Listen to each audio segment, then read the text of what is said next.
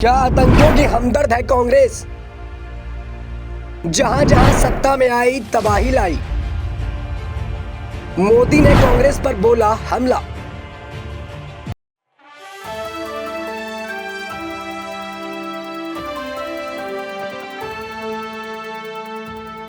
5 राज्यों के विधानसभा चुनाव के पहले और लोकसभा चुनाव के पहले यहां पर आरोप और प्रत्यारोप का दौर लगातार शुरू है। यानी कि देश के प्रधानमंत्री नरेंद्र मोदी ने एक बार फिर से कांग्रेस पार्टी पर हमला बोला, तीखे बयान दिए। देश के प्रधानमंत्री नरेंद्र मोदी ने साफ तौर पर कह दिया कि कांग्रेस पार्टी भ्रष्टाचार और आतंकवाद का संरक्षण करती है। क्या इस बयान में सच्चाई है? क्या देश के प्रधानमंत्री समझते हैं कि कांग्रेस पार्टी के जो एक के बाद एक घोटाले खुल रहे हैं, जो एक के बाद एक बड़ी भ्रष्टाचार की परतें खुल रही हैं, उसमें कहीं ना कहीं भ्रष्टाचार और आतंकवाद का संरक्षण है? क्योंकि राहुल गांधी तमाम मुद्दों पर बात तो कर रहे हैं, लेकिन खुद के नेताओं पर बात नहीं कर रहे हैं, जो लगातार फंसते हुए नजर आ रहे हैं। राहुल गांधी ने अभी तक यह भी नहीं बता पाया कि आखिर अशोक गहलोत और सचिन पायलट में आंतरिक कलह क्यों है। राहुल गांधी ने अभी तक यह भी नहीं बताया कि आखिर कैसे जो है यहां पर महादीप ऐप, बैटिंग ऐप के जरिए जो है 508 करोड़ का घोटाला हो गया। यानी कि देश के प्रधानमंत्री ने क्यों ऐसा बोला कि कांग्रेस पार्टी जो है आतंकवादियों का संरक्षण करती है। इन तमाम मुद्दों पर बातचीत करेंगे हम राकेश मोहन सिंह से। नमस्कार, आपके साथ मैं हूं ऋतिक सविता। स्वागत है आपका नेक्स्ट 9 न्यूज पॉलिटिकल बाइट में। सर, आपका बहुत बहुत स्वागत। बहुत बहुत धन्यवाद। सर, कैसे देखते हैं आप? पहला सवाल मेरा आपसे यही रहेगा कि इस बात में कितनी सच्चाई है कि कांग्रेस पीएफआई को संरक्षण देती है? ये इसलिए सवाल उठ रहा है क्योंकि देश के प्रधानमंत्री का बयान लगातार वायरल सर हो रहा है। देखिए ऋतिक, जिस तरीके से प्रधानमंत्री नरेंद्र मोदी ने पीएफआई को लेकर घेरा है कांग्रेस को, वो कहीं ना कहीं झुटलाया तो नहीं जा सकता है। पॉपुलर फ्रंट ऑफ इंडिया अधिकतर वहीं सक्रिय थी जहां पर विपक्ष की सरकारें हैं, चाहे वह केरल हो, चाहे छत्तीसगढ़ हो या राजस्थान हो।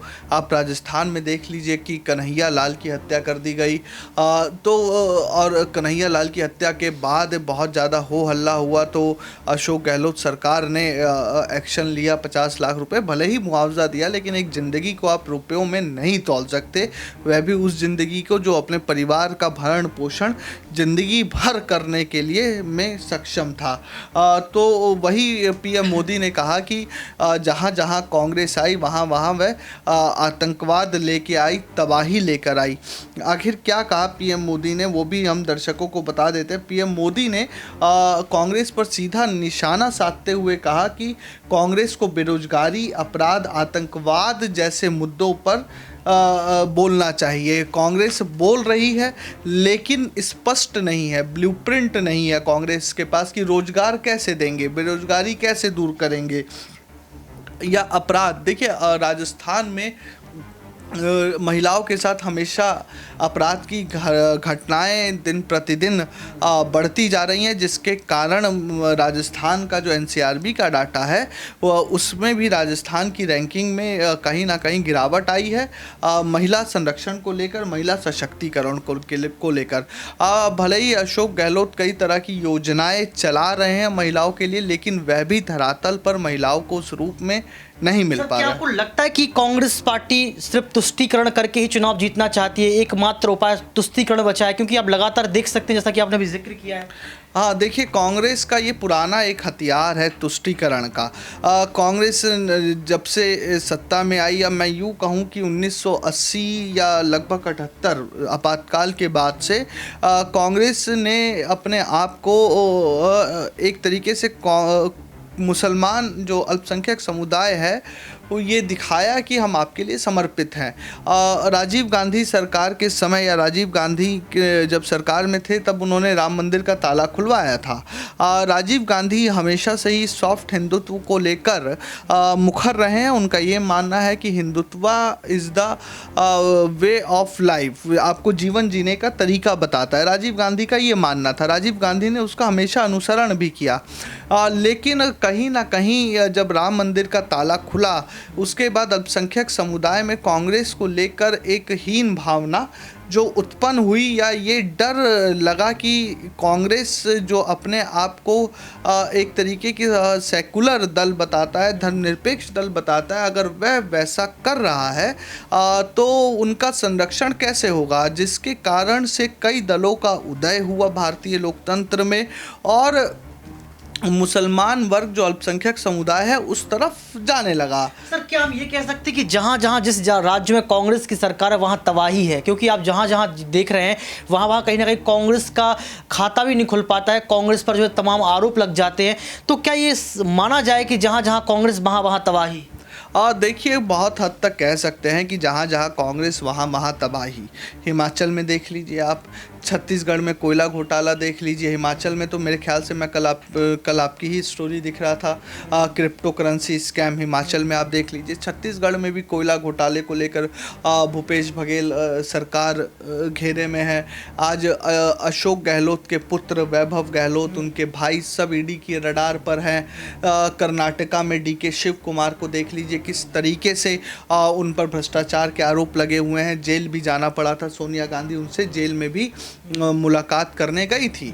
तो जिस तरीके से कांग्रेस चौतरफा घिरी हुई है भ्रष्टाचारों के आरोप से, और जहां जहां सत्ता में है वहां वहां कांग्रेस का कमोबेश एक ही हाल है। सर, देश के प्रधानमंत्री नरेंद्र मोदी ने जो उदयपुर में जो है बयान दिया कि आतंकवादी जो है कांग्रेस में ही है, कांग्रेस पालने का काम करती है, इस बयान को देने के बाद क्या राजस्थान चुनाव पर फर्क पड़ेगा? क्या आपको लगता है कि राजस्थान चुनाव इस बार कांग्रेस के हाथ से निकल जाएगा? क्योंकि अभी भी आंकड़े ये कह रहे हैं कि कांग्रेस जीतने वाली है राजस्थान के अंदर, लेकिन इस बयान को देने के बाद क्या आपको लगता है कि इस बार जो है कांग्रेस निपट जाएगी? देखिए, बिल्कुल। मेरे को जैसे कल पीएम मोदी ने एक के बाद एक मैराथन रैलियां की हैं, उसके बाद ऐसा लग रहा है कि राजस्थान में बदलाव होगा।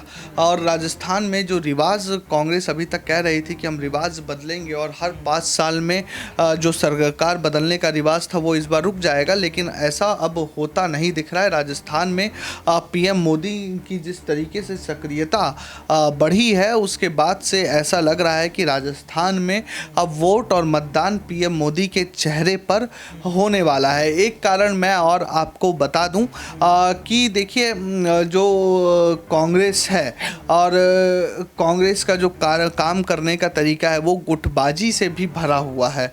और तो सचिन पायलट और अशोक गहलोत सार्वजनिक रूप से जो भी कहें कि हम एक साथ हैं, लेकिन भीतर खाने तो एक दूसरे को वो नीचा दिखाने या कमज़ोर करने में लगे हुए हैं। तो मेरे को लगता है कि कहीं ना कहीं राजस्थान में बीजेपी की सरकार वापसी कर रही है। कल आपने दर्शकों को यहाँ पर खुलासा किया था कि राजस्थान में जो है बागी सुर अपनाए जा रहे हैं, बगावत देखी जा रही है। अगर बगावत होती है तो क्या राहुल गांधी उस बगावत को रोक पाएंगे? क्योंकि देश के प्रधानमंत्री ने पहले इस तरीके का बयान दे दिया है। तो आतंकवाद कहाँ से फैलता है और बगावत जो हो रही है वो बगावत को राहुल गांधी कैसे रोक पाएंगे? देखिए, राहुल गांधी अब के परिपक्व कितने हुए हैं ये तो उनके पार्टी के भीतर के नेता और उनके पास वाले नेता ज़्यादा समझेंगे। लेकिन अगर हम कर्नाटका की बात देखें तो कर्नाटका में बहुत अहम रोल डीके शिव कुमार और सिद्धरमैया में एक कॉमन पॉइंट बनाने में, एक सहमति बनाने में मल्लिकार्जुन खड़गे का हाथ था। रणदीप सुरजेवाला उसमें बहुत अधिक सक्रिय थे, महासचिव केसी वेणुगोपाल सक्रिय थे। राहुल गांधी के भारत जोड़ो यात्रा में भले ही डीके शिव कुमार और सिद्धरमैया ने उनके साथ दौड़ लगाई थी, लेकिन वह दौड़ मन संतुष्टि तक पहुंची थी या नहीं ये बहुत संशय में हो गया था। क्योंकि जैसे ही चुनाव के नतीजे आए और एक ऐतिहासिक जीत मिली कर्नाटक में कांग्रेस को, तो डीके शिव कुमार गुट का या सिद्धरमैया गुट का एक अलग अलग बयान, मेरे को याद है सिद्धरमैया के पुत्र का बयान आया था कि अगर पिताजी को ऐसी जिम्मेवारी मिलती है तो हमें बहुत अच्छा लगेगा, बाकी जो फैसला पार्टी का। डीके शिव कुमार का जो परिणाम घोषित होने के बाद का बयान था कि जो पार्टी फैसला लेगी वो एकदम बेहतर होगा। वो भावुक भी हुए, रोने भी लगे, उन्होंने सोनिया गांधी पर सब छोड़ दिया। तो कहीं ना कहीं ये गुटबाजी तो राहुल गांधी इसको कितना कम कर पाए थे, और कम कर पाए थे तो आखिर फिर क्यों मल्लिकार्जुन खड़गे को बीच में आना पड़ा। ये भले ही कांग्रेस बोल सकती है कि मल्लिकार्जुन खड़गे अध्यक्ष हैं, लेकिन कई दौर की बैठकें हुई। तो राहुल गांधी इस पूरे मसले को कितना सुलझा पाएंगे वो अभी कहा नहीं जा सकता। एक मसला राहुल गांधी के मैं बस अंतिम 30 सेकंड आपके लूँगा ऋतिक। मैं एक आरपीएन सिंह यूपी के नेता है, जितिन प्रसाद यूपी के नेता है, ज्योतिरादित्य सिंधिया मध्य प्रदेश के नेता, ये वो लोग थे, और सचिन पायलट भी थे। ये वो लोग थे जो कि एक समय पर राहुल के युवा तुर्क नेता थे। राहुल के जो कांग्रेस का जो समूह थे, राहुल को राय देने वाले, मशवरा कर भी राहुल इनसे करते थे, लेकिन ये कोई भी नहीं टिका।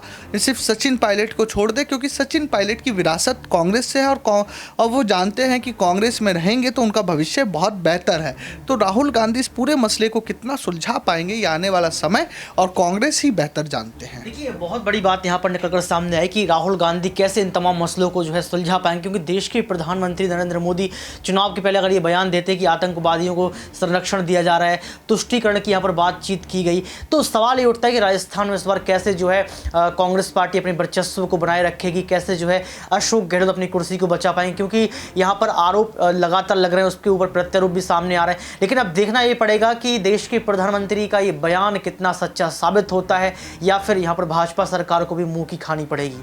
आज के इस खास प्रोग्राम में बस इतना ही। देखते रहिए नेक्स्ट 9 न्यूज़ पॉलिटिकल बाइट।